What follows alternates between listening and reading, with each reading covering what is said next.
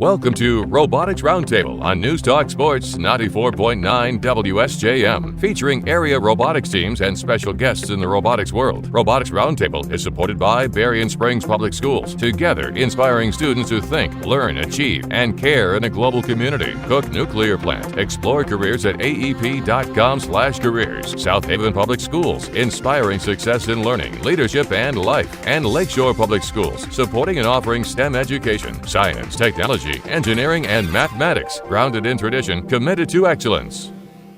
Hello and welcome to Robotics Roundtable on News Talk Sports 94.9 WSJM. I'm your host, Tim Denai. We meet here every Tuesday at 6 p.m. to discuss high school robotics with teams from Southwest Michigan area. You can also catch any Robotics Roundtable discussion you've missed on WSJM.com as a podcast, or see the video of our discussion on WSJM's Facebook page. This evening, we have an opportunity to meet with some special guests from outside of Southwest Michigan area. So welcome to our guest. Welcome to the Robotics Roundtable. And I'm going to jump right into letting the guest introduce themselves. And what I'm looking to find out is, your name, where you're from, how long you've been involved with FIRST, and maybe even we'll come back to that, but we'll think about what got you started. But first of all, name, where you're at, and how long have you been involved with FIRST? And we're going to start ladies first always, Robotics Roundtable. Go ahead, Kyle.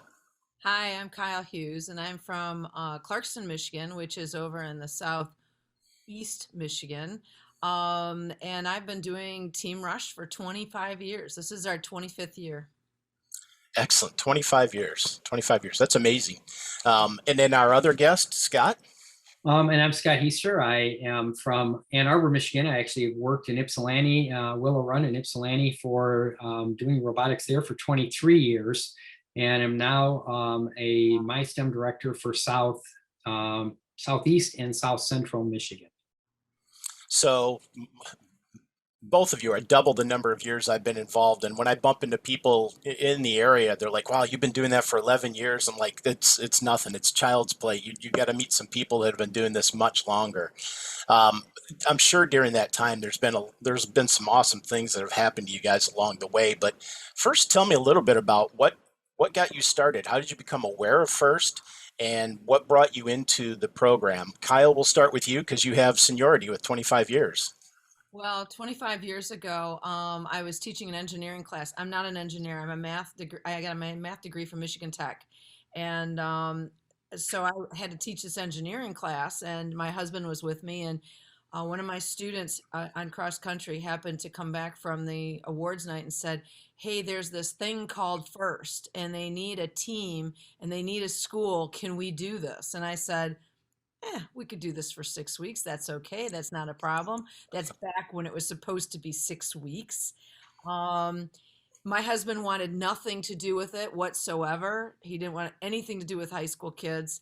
Needless to say, we started, and 25 years, through those 25 years, I can't tell you how many times I thought about quitting, and my husband was like, oh, no, you don't. You got me into this. We're in this for the long haul.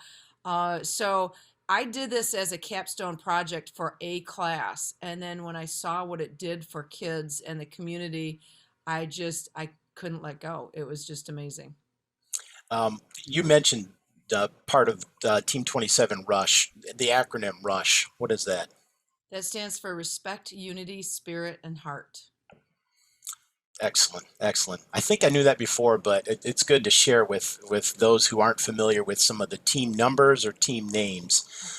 Scott, how about you? How did you get involved? Well, I was a teacher in Willow Run. We actually got a card in the mail from Dean Kamen, and it talked about FIRST Robotics, and we were like, what's this? And so I had a colleague, Rob Cannon, actually agreed to teach a class that was run partially by General Motors, but it was a combined class with Ypsilanti Lincoln and Willow Run. And so that's kind of how the program started. He ran the team, and I helped the first couple of years, and then I took over totally as lead mentor in 2004, and have been with Team 66 ever since. And again, it's just been one of those amazing rides that we've seen a tremendous amount of progress over the years with our students, but also with the community that is rallied around what we've done in the robotics world in Ypsilanti. So talk a little bit, we'll kind of go reverse here. So Scott, talk about, there's a lot of things I think over the course of 23 years that you've probably experienced, but do you have something that just kind of sticks out at you when someone says, what is first? And it's almost your go-to, let me tell you about this thing that happened. Do you have something like that, or can you pick just one? I don't know that I could pick one. It's almost anytime I talk about first, I either have to show them a video or I have to say, you have to come. You can't experience what it's like without being there. I'll say with Kyle, I have to tell you a story, my kind of aha moment that changed the trajectory of what our belief system on Team 66 is.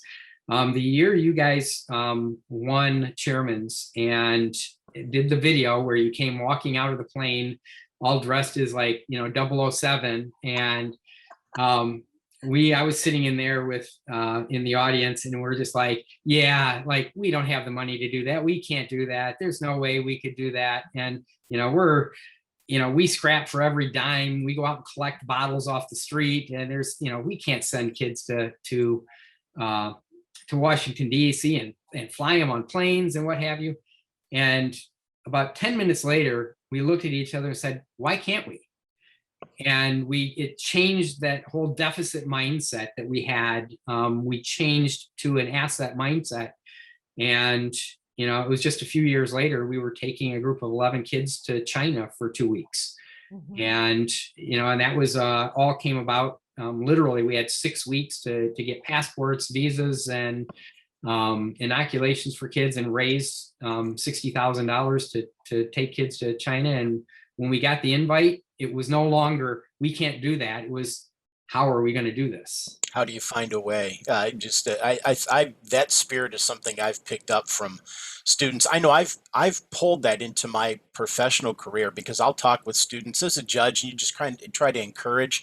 I don't mentor a team in particular, but just words of encouragement. And if I talk to a student and they'll state something like, "Oh, we can't do this." Well, have you really tried? Have you pushed past those pain points? And I found myself in my professional career when there's things where it's like, you can't do that. And then finally I caught myself and I went, you really need to start listening to what you're preaching and start doing it. And it changed the perspective. I put myself into very uncomfortable positions now that I wouldn't have tackled prior to probably being involved in the role that I am with First. Kyle, how about you? I mean, if you can pick that kind of aha moment, that thing that pulls at your either heartstrings or it's just your go-to discussion. Well, 25 years is a long time. I've had 3 children that have gone through the program. One of the, let's talk scholarships. My oldest son got the WPI full tuition scholarship, $250,000 to go study robotics engineering. I mean, that's a good reason to have your kids doing this. My daughter is a math and art teacher. A strange combination, but she knows how to go into a shop and she can build anything. When she was building her in her art sculpture class, and the kids all had to go through safety training, she was through in seconds and was already building things before people even knew what the different metals were and what the different tools were.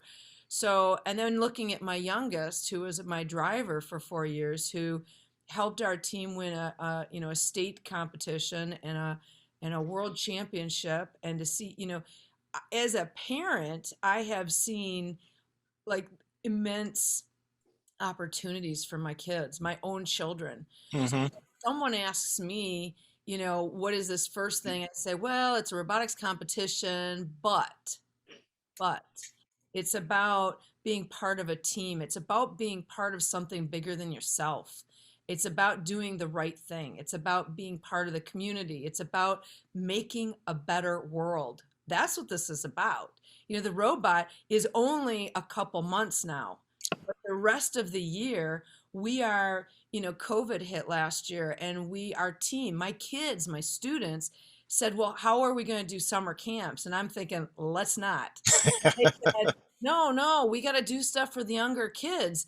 And so they created curriculum last year, 2 weeks worth of curriculum using Tinkercad, so younger kids could 3D model. And then they did a programming camp with Scratch. I was dumbfounded. This is after I broke my leg, so I was just listening. They did it all, and I sat there thinking, these are kids. Now, granted, we've created a system within 25 years. We are definitely a continuous improvement program, and we've failed more times than anyone can possibly imagine.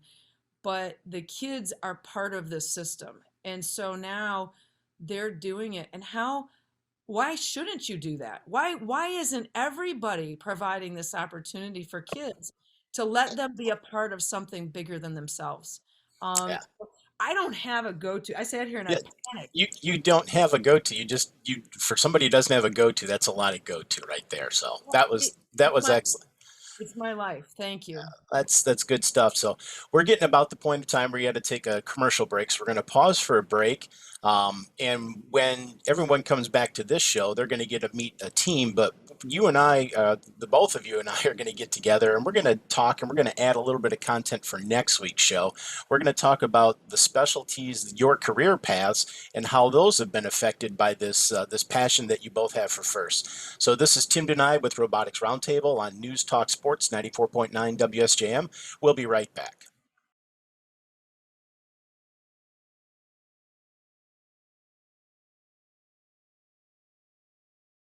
Hello and welcome to Robotics Roundtable on News Talk Sports 94.9 WSJM. I'm your host, Tim Denai. We meet here every Tuesday at 6 p.m. to discuss high school robotics with teams from the Southwest Michigan area. You can also catch any Robotics Roundtable discussion you've missed on WSJM.com as a podcast, or see the video of our discussion on WSJM's Facebook page. Today, we are joined by Two Paw R from Paw Paw, Michigan.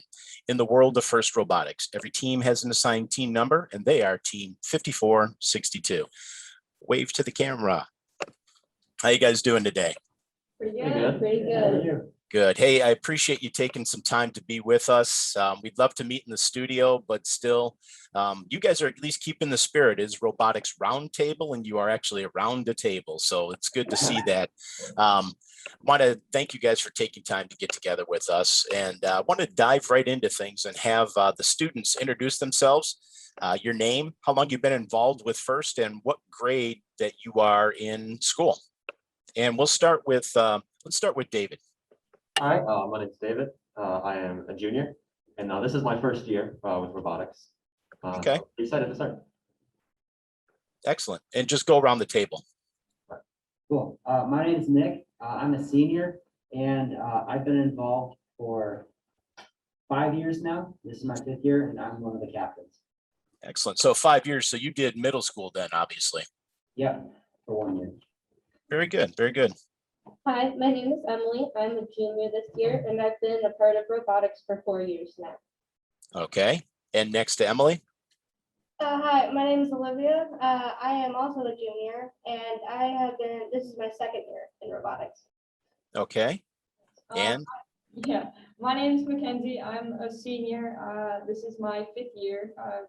I've been doing this with Nick the entire time. very good. Very good. The veterans anchoring things down. Next to Mackenzie. I'm Will. I'm a freshman. I've been doing it for 3 years now, and that's about it. Okay. And rounding things out.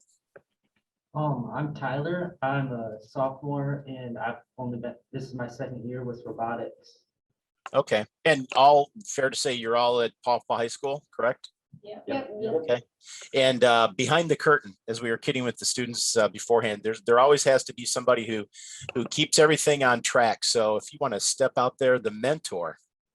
Hi, my name is Ben Tomlinson. I teach here at the high school, all the STEM areas, really lots of computer science. And I just kind of help these guys out. It's a pretty self-run group. Oh, give yourself some credit. Someone has to operate the camera. Ben, how long have you been involved? This is my second year, honestly, and I'm really serious about this. This group pretty much taught me what FIRST Robotics was, so I'm still in training with them, but super excited to watch these guys learn. Well, they've done a good enough job because they haven't scared you off yet. So that's good job, students. There we go. Right? And there's other mentors that that are off camera that I know that help this team. The Massey family definitely. We've known them for a long time. They're camera shy, so we're not going to talk about them on the radio, and we won't bring them on film. So okay, we didn't talk about them, but I do want. Yeah, we have another family, the Keen family. They came in Yes. this year, and Mr. Keen, Art Keen, has been a huge contributor and helped out a lot this year. So Very good. We appreciate any family that jumps in and helps. So I want to make sure we recognize those guys. So I want to talk a little bit about what you guys are doing this year. We've talked with several teams and we realize you guys are wearing masks, you're together, social distancing, a lot of those things, and it's adapted how teams have had to do things. One of the biggest changes is teams are not this year having the opportunity to compete in public spaces, but we're still working with the robot. And we're doing the infinite recharge at home game. And I think we talked a little bit earlier, and that's something that your team has still been able to focus on. So who can tell me a little bit about what the at-home challenge is specific to the robot? What are you getting to do? And what additional things have you done with your robot this year to prepare for those? Who wants to take lead? Somebody raise their hand and dive in. One of those seniors can jump in and lead the way. All right, so most of the games revolve around shooting balls, moving around a course, and a lot of autonomous mode. And we've been working a lot with new auton ideas and new things we could work on. So I'm going to pass the ball to Will, who's been working with that as a programmer. Will, just for somebody who's driving down the road, listening on the radio, what is auton or autonomous? Okay, so autonomous is when the robot is driving based off of entirely pre-programmed code.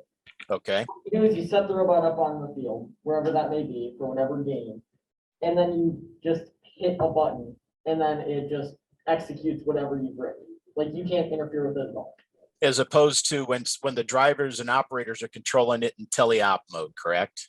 Yep, pretty much as opposed to just driving it and controlling everything manually. Okay. And so are there some special things we've done in autonomous this year, some additional things that we've added to achieve whatever the challenges might be? And maybe talk a little bit, a couple seconds or so about what the different challenges in infinite recharge at home are. Anybody can do that. Well, in terms of specific modifications to the robot, we've made some, like, there's no at-home game challenge that requires the robot to be able to climb or lift itself off the ground. Okay. We have removed our lift from last year to free up extra weight, so we can try to make it as lightweight as possible. The other thing that is a huge programming thing that we've done is in previous years, we really haven't had very much time for programming to do auton. So what we did this year is we focused a lot more on that because a lot of the games revolve around that. And then we implemented some new technologies for helping it guide itself more accurately. Okay. Some sensors and cameras along the way to help. Yeah. Okay.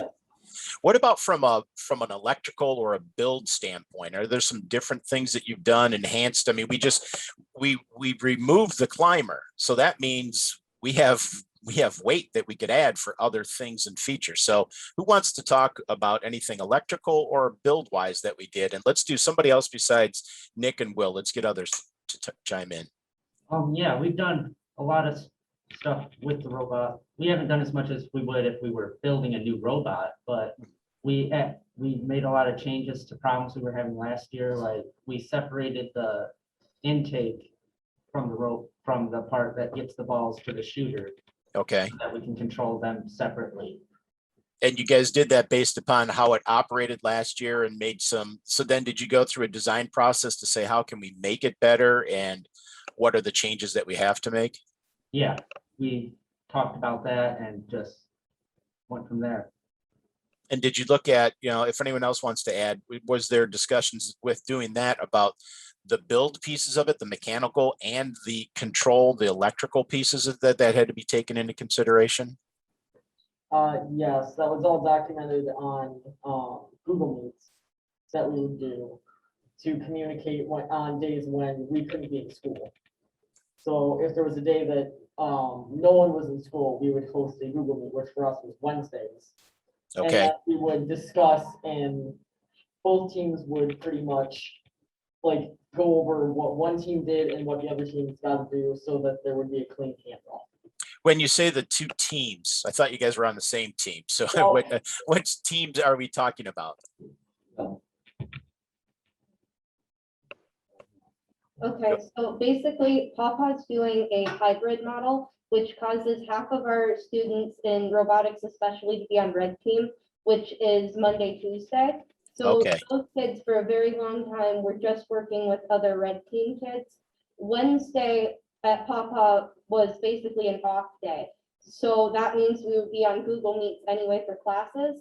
And we decided instead of having all both red and white team members mingle in the same room, why don't we do it over a Google Meet as well? So that would be a like mesh day where both red and white team could see what was happening and build programming and marketing and business, which was really awesome to do. And then white team days, you'd have the Thursday, Friday members there.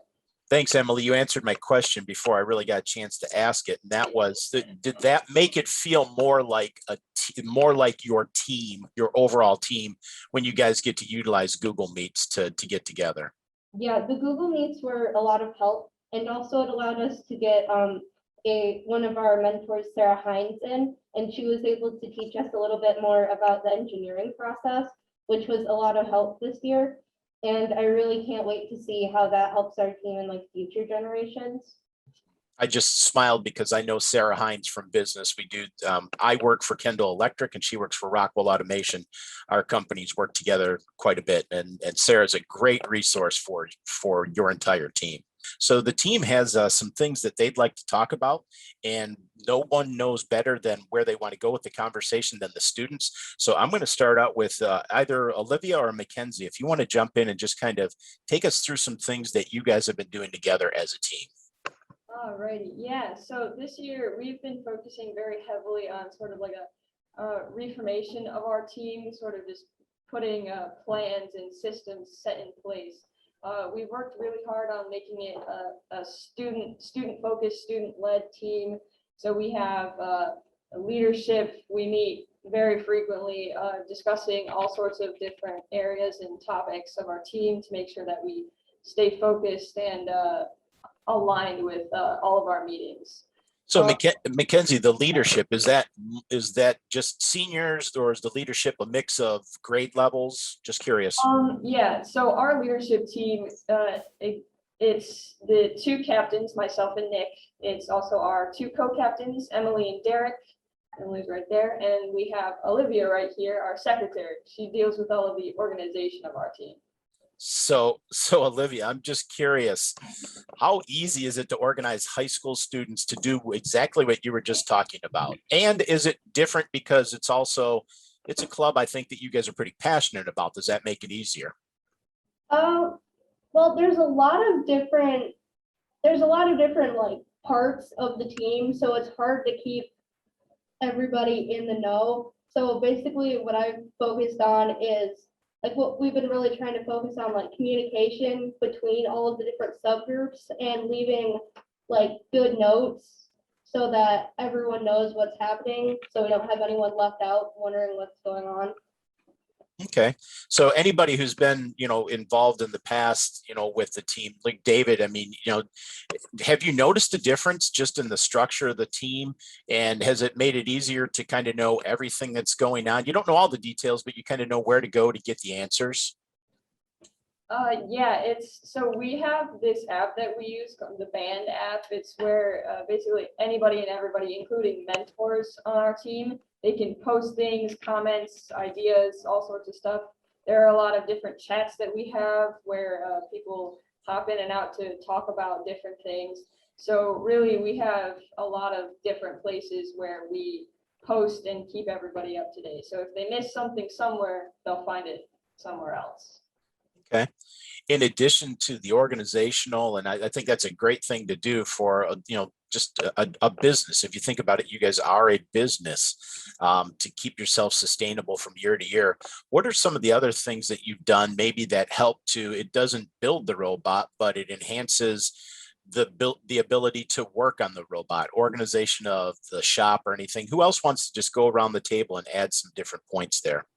So personally, I was somewhat new, so I didn't really have much experience with the robot, but I was on the side, I was making a 3D model of the classroom that we're in.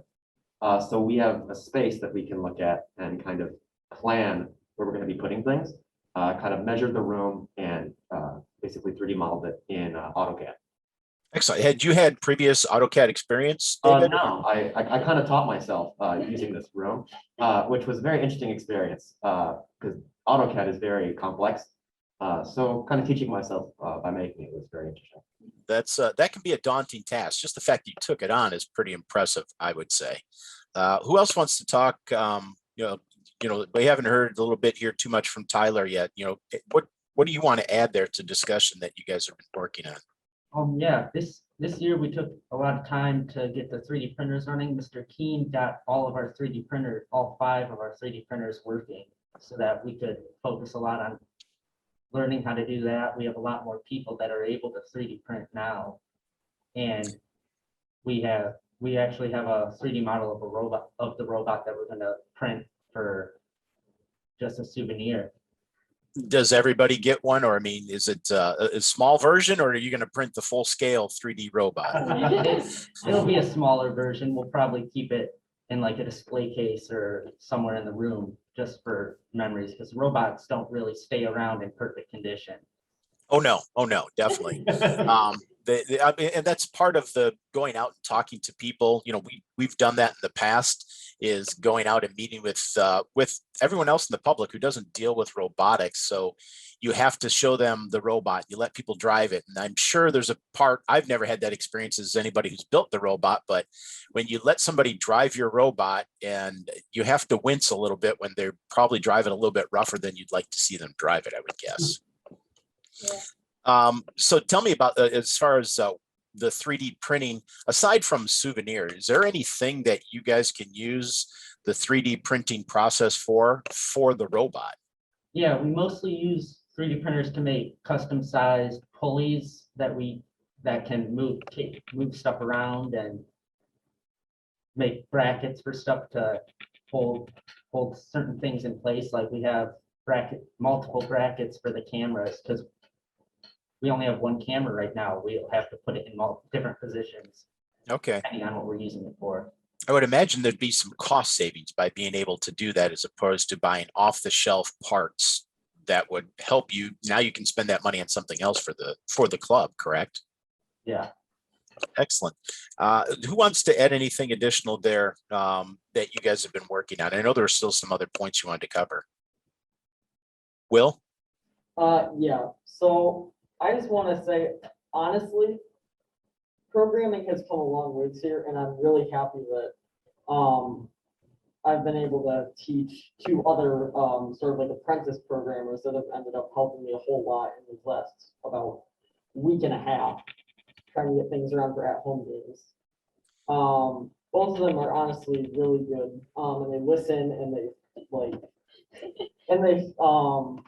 they've just been really good with trying to at least try, and honestly, they've caught some of my own mistakes and solved some of our problems with some of this stuff.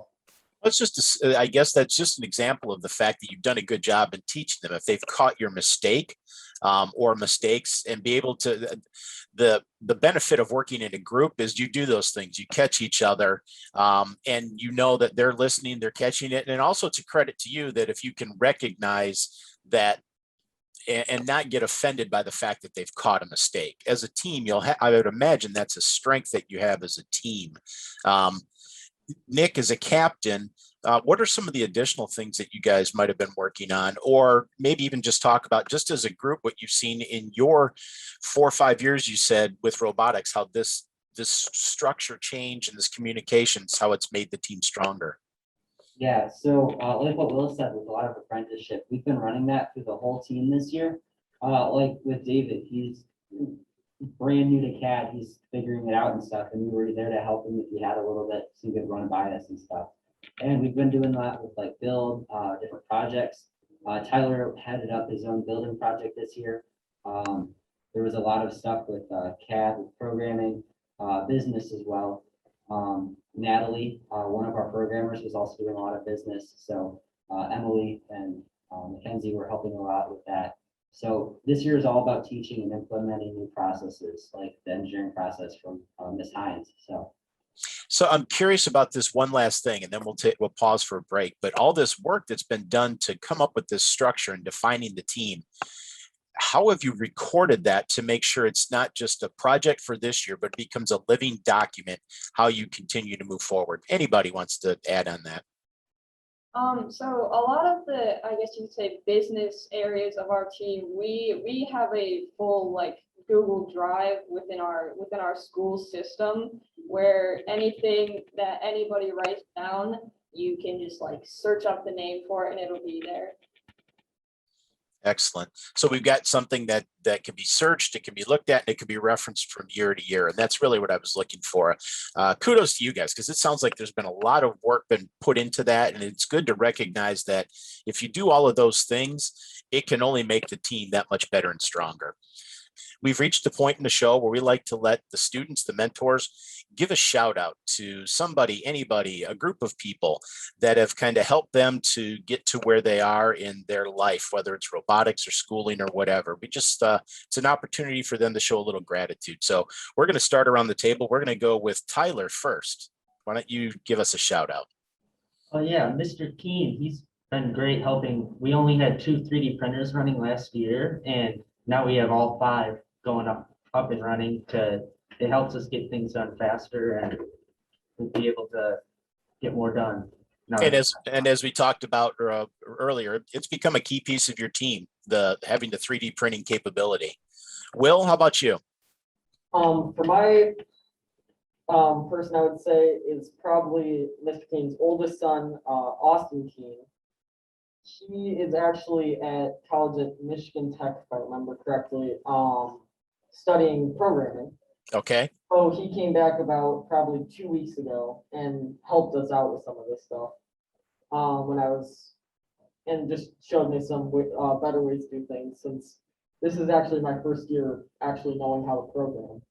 So the hats off to you. I mean, one, recognizing somebody who's helped you. And we talked earlier where you're also mentoring and teaching others while you're learning it yourself.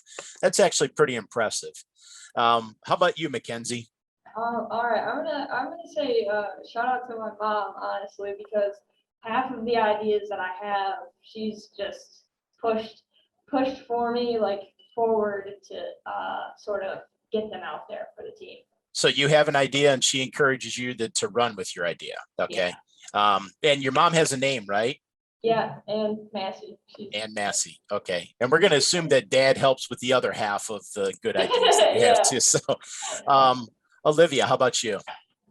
Honestly, I would say Mr. Tomlinson, because he kind of brought to our attention, like we putting in the notes that we take for the meetings, like next steps, because other times we wouldn't know kind of like what direction to go in, but he's been like really good with helping us kind of figure out like the next direction to move in.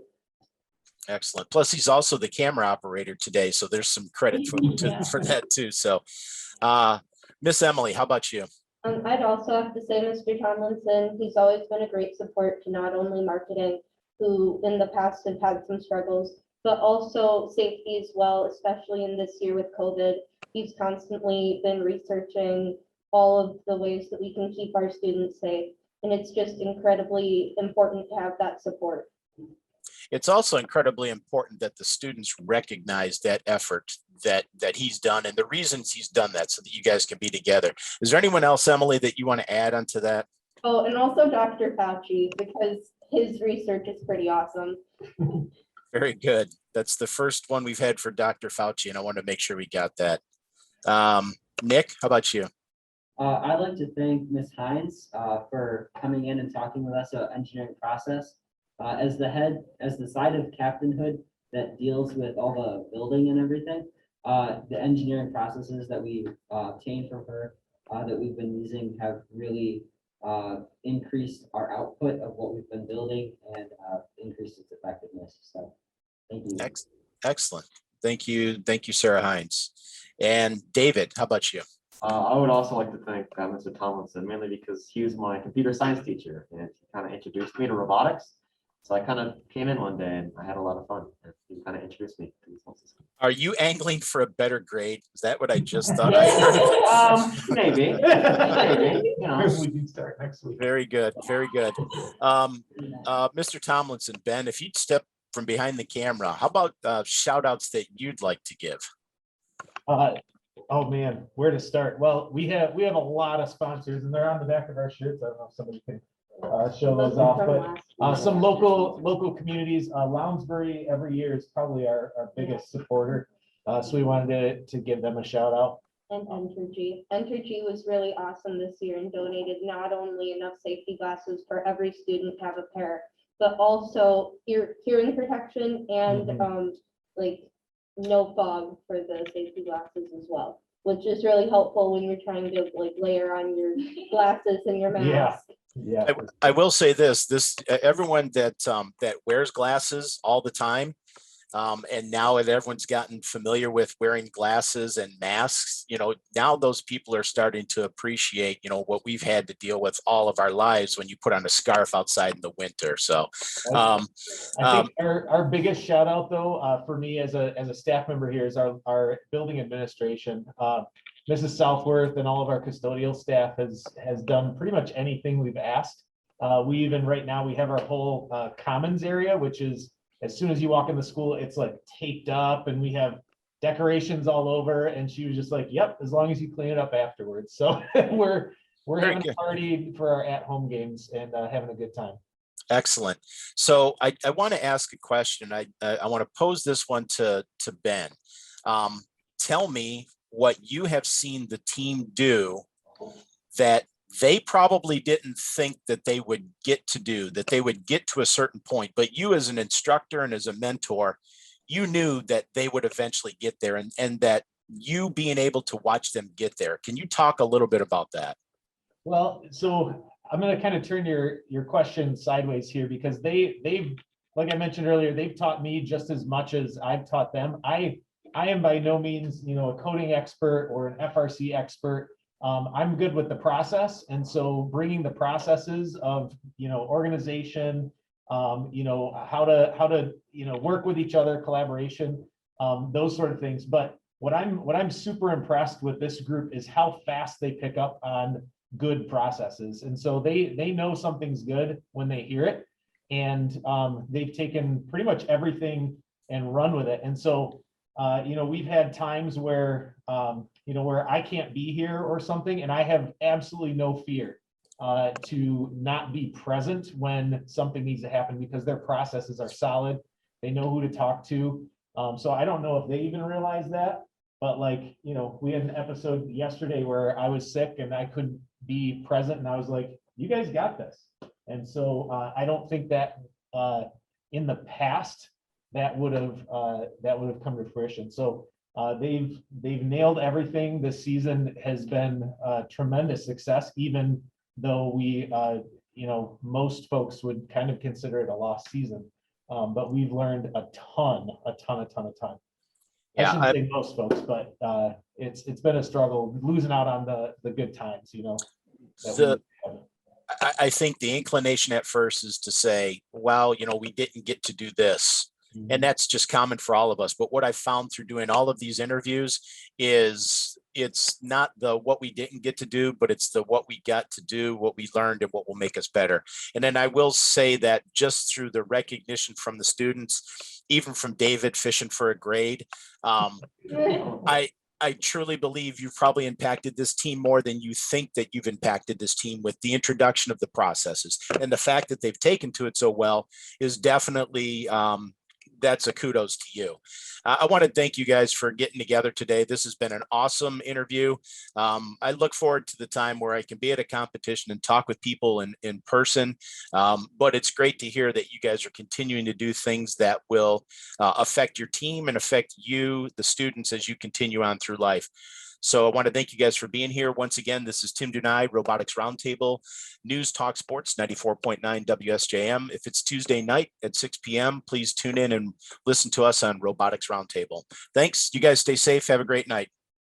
Thank you for joining Robotics Roundtable on News Talk Sports 94.9 WSJM. If you missed any of today's discussion, you can check out the podcast at WSJM.com. Robotics Roundtable is supported by Berrien Springs Public Schools, together inspiring students to think, learn, achieve, and care in a global community. Cook Nuclear Plant. Explore careers at aep.com/careers. South Haven Public Schools, inspiring success in learning, leadership, and life. And Lakeshore Public Schools, supporting and offering STEM education, science, technology, engineering, and mathematics. Grounded in tradition, committed to excellence.